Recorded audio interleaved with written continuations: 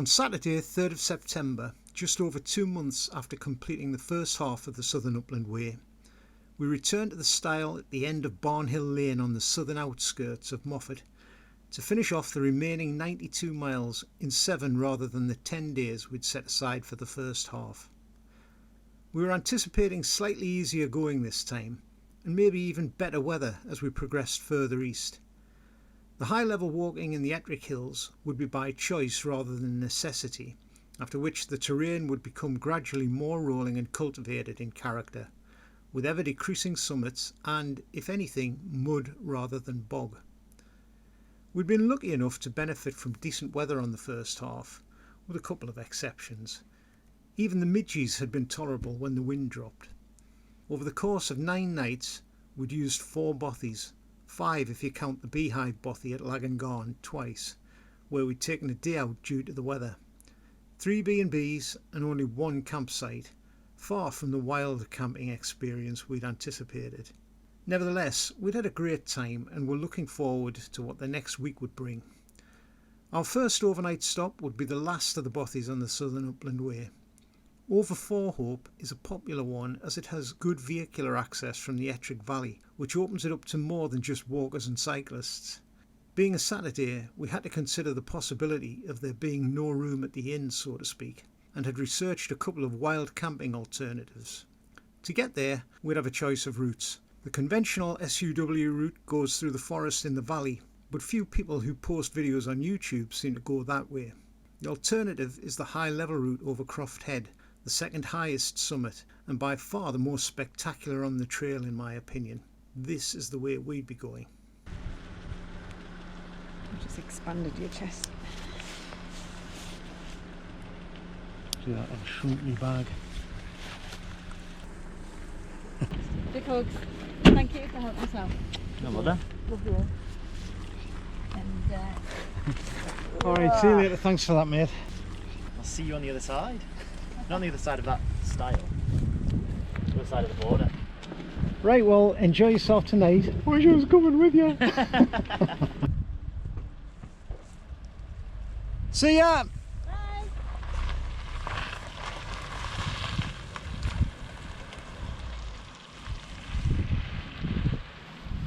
Well, at least the rain stopped.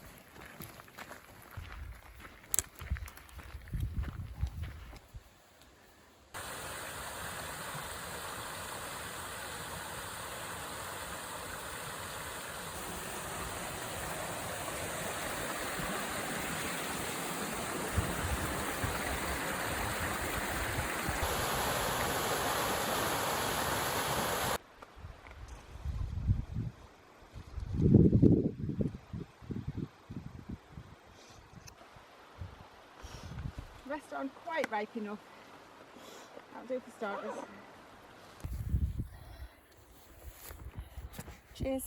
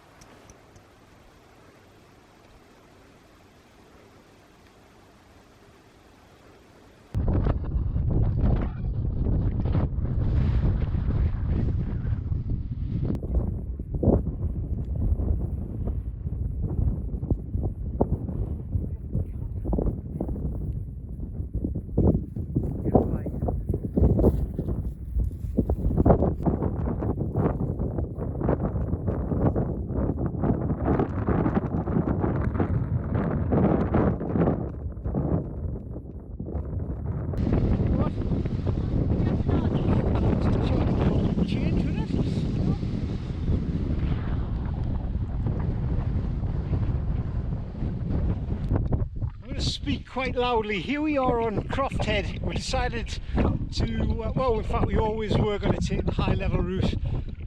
We started the walk in rain and it didn't look at some point, at that point that we were going to be able to walk across the high level route, because I wasn't going to come to this sort of height for no visual reward. But we're here and it's looking good. It's windy, but the wind's from the southwest, so it's not that cold, although Diane's starting to feel it. We've just got Croft Head to go, then a short descent, steep descent, and then that's us over Phawhope tonight. That's all we're doing today, 8.5 miles, which should be enough to walk ourselves in. Oh, blowing, this wind's just picked up. It wasn't too bad 2 minutes ago, and now it's really blowing a gale.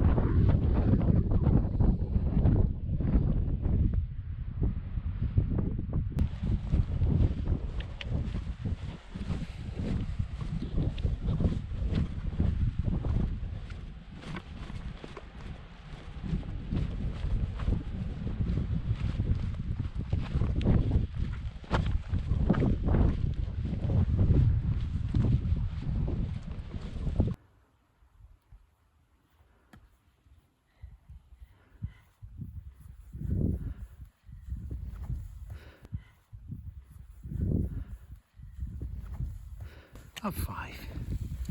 Why not?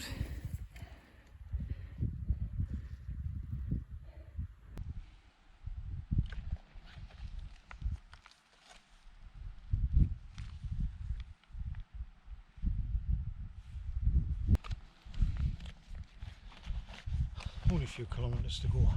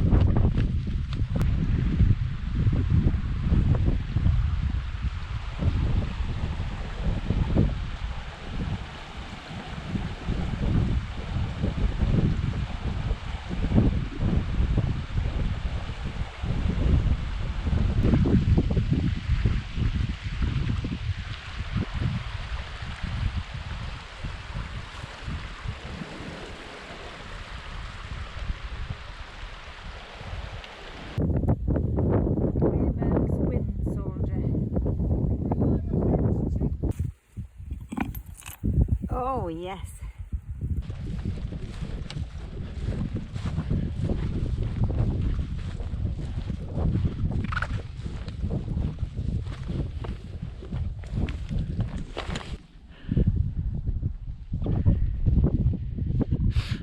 Welcome to the Scottish borders. Oh, some contrast in that shot. We're just descending through the forests now to the last couple of kilometres to over Phawhope, and it's only been now that we've been able to talk. because the winds dropped considerably to the point there was none just a little bit back there, and it was a howling gale up on Croft Head. We're anticipating what we're going to find in the bothy, whether anybody will be there. The Scottish kids have finished their holidays, but that's not, it's a Saturday, so it could very well be. We've just got to drive up the track from Ettrick. But you know, if we can get a place to doss, that'll be great. They've got some sort of rudimentary loos there, so that'll be handy. There's a bailout option a kilometre or so along the road, where there's an abandoned farmhouse, and we could camp along there. But may not be necessary, and I mean, I'm more than happy to share. Niall had dropped us off about 1:45. It's about 10 past 5 now. We've done about 7 miles via Croft Head, which is the high level route. I'm really pleased with that, because I wasn't sure it was in fact we had to wait in the car for a bit because it was hosing down. We found the Waymark. I was going to just say that. Yeah, Diane found the Waymark. Oh well, feel free to chip in. And we've crossed the border into into Scottish waters, which there's only 2 Scottish regions involved on the on the Southern Upland Way. Dumfries and Galloway, which is the main one, and then now we're in Scottish borders. Everything went really well this morning, very much to time. In fact, we got into Moffat slightly early. We had a bit of a brunch, and then made our way down when it started to rain. You couldn't make it up, but things are looking up. It's certainly warm, and if this wind stays down there, we're going to have some midges, I reckon.